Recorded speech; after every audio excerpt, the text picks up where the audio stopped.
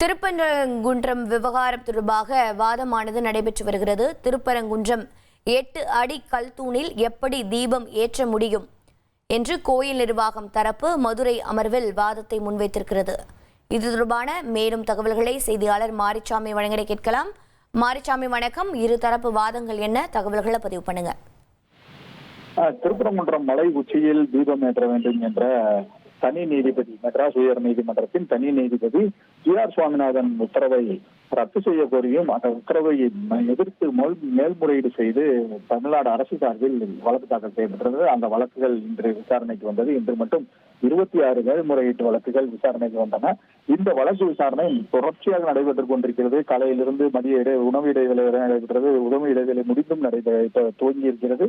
அந்த துவக்கத்திலிருந்து பார்த்தோமானால் தர்கா, அதாவது கோவில் தரப்பிலிருந்து வாதங்கள் முன்வைக்கப்பட்டது. அந்த கோவில் தரப்பில் கூறப்பட்டிருப்பது 2 உச்சிகள் இருக்கிறது. மலையில் 2 உச்சிகள் இருக்கிறது. ஒன்றில் தர்காவும் மற்றொரு உச்சியில் உச்சி பிள்ளையார் கோயிலும் அமைந்திருக்கிறது என திருக்கோவிலின் அதாவது திருப்பரங்குன்றம் முருகன் கோவிலின் செயல் அலுவலர் அவர் தரப்பு வழக்கறிஞர் தெரிவித்தார். அதுபோக திருவண்ணாமலை தீபம் ஏற்றப்படுகிறது. இதற்கு பல மீட்டர் துணிகள் பயன்படுத்தப்படுகிறது, பல லிட்டர் நெய் பயன்படுத்தப்படுகிறது. அது அணையாமல் இருக்க பாதுகாக்கப்படுகிறது. ஆனால் இங்கு இருப்பது கல் தூண், வெறும் கல் தான் இருக்கிறது. இதில் எப்படி தீபம் ஏற்றி பாதுகாக்க முடியும்? அதாவது தீபம் ஏற்றுவதற்கான அந்த தீப கொப்பரை அதெல்லாம் இல்லை, வெறும் கல் தூண்.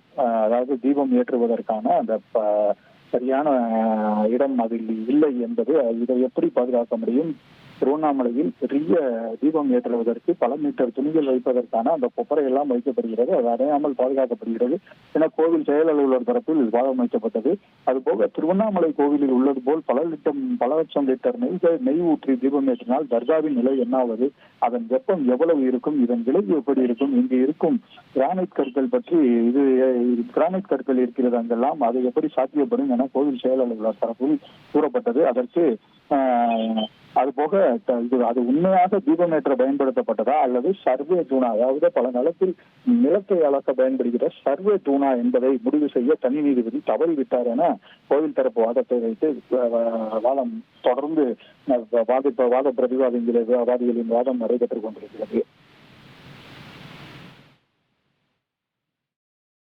திருப்பரங்குன்றம் விவகாரத்தில் 8 அடி கல் தூணில் எப்படி தீபம் ஏற்ற முடியும் என்று கோயில் நிர்வாகம் தரப்பில் பல தரப்பட்ட வாதங்களானது முன்வைக்கப்பட்டு வருகிறது. இது தொடர்பான தகவல்களை செய்தியாளர் மாரிச்சாமி வழங்கினார். நன்றி மாரிச்சாமி. இனி செல்லும் இடமெல்லாம் செய்தி. தந்தை டிவியின் வாட்ஸ்அப் சேனலை ஃபாலோ பண்ணினா செல்ல இருக்கும் இடமெல்லாம் செய்தி. இதோ QR கோட் இப்பவே ஸ்கேன் பண்ணுங்க, ஃபாலோ பண்ணுங்க.